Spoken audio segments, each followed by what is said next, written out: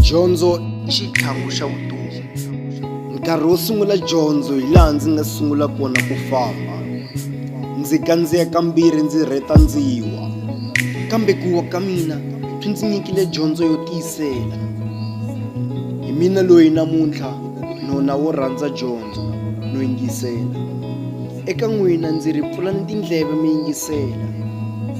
Teka leswi ndzi mi byelaka swona u ndlhulisela. Hikuva loko u nga ri na dyondzo vutomi byi ta ku tikisela. Pfula matihlo u xiyaxiya. Dyondzeka u ta kota ku siva ku hlupheka.